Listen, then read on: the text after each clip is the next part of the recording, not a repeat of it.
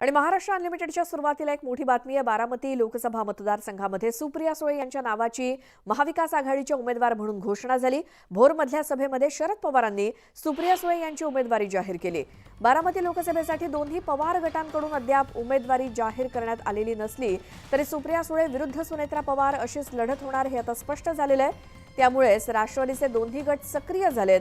शरद पवारांनी काँग्रेसचे नेते अनंतराव थोपटे यांच्या भोरमधल्या त्यांच्या निवासस्थानी जाऊन भेट घेतली आणि थोपटेंसोबत असलेला संघर्ष मिटवण्यासाठी जाणीवपूर्वक भोरमध्ये पहिल्या सभेचं आयोजन करण्यात आल्याचं बोललं जातंय। यावेळी पवारांनी पंतप्रधान नरेंद्र मोदींवर निशाणा साधला। तुम्हा सगळ्यांच्या समोर उमेदवार सुप्रियाची उमेदवारी या ठिकाणी देतो। तेव्हा सगळ्यांनी त्यांना 3दा निवडून दिलं।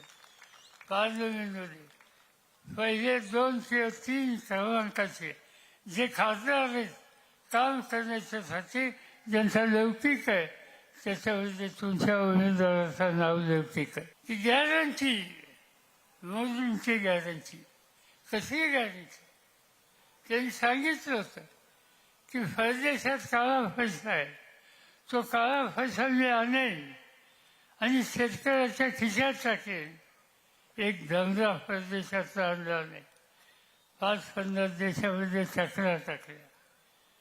त्या देशामध्ये आपण त्याचे महत्त्वाचे घटक आहोत हा सांगण्याचा प्रयत्न केला, पण शेतकऱ्याच्या खिशामध्ये तो काळा पैसा आणून त्याला संपन्न करण्याचं जे काही धोरण त्यांनी सांगितलं होतं त्याची अंमलबजावणी त्यांनी त्या ठिकाणी केली नाही आणि त्याचा परिणाम आज ते गॅरंटी किती सांगू।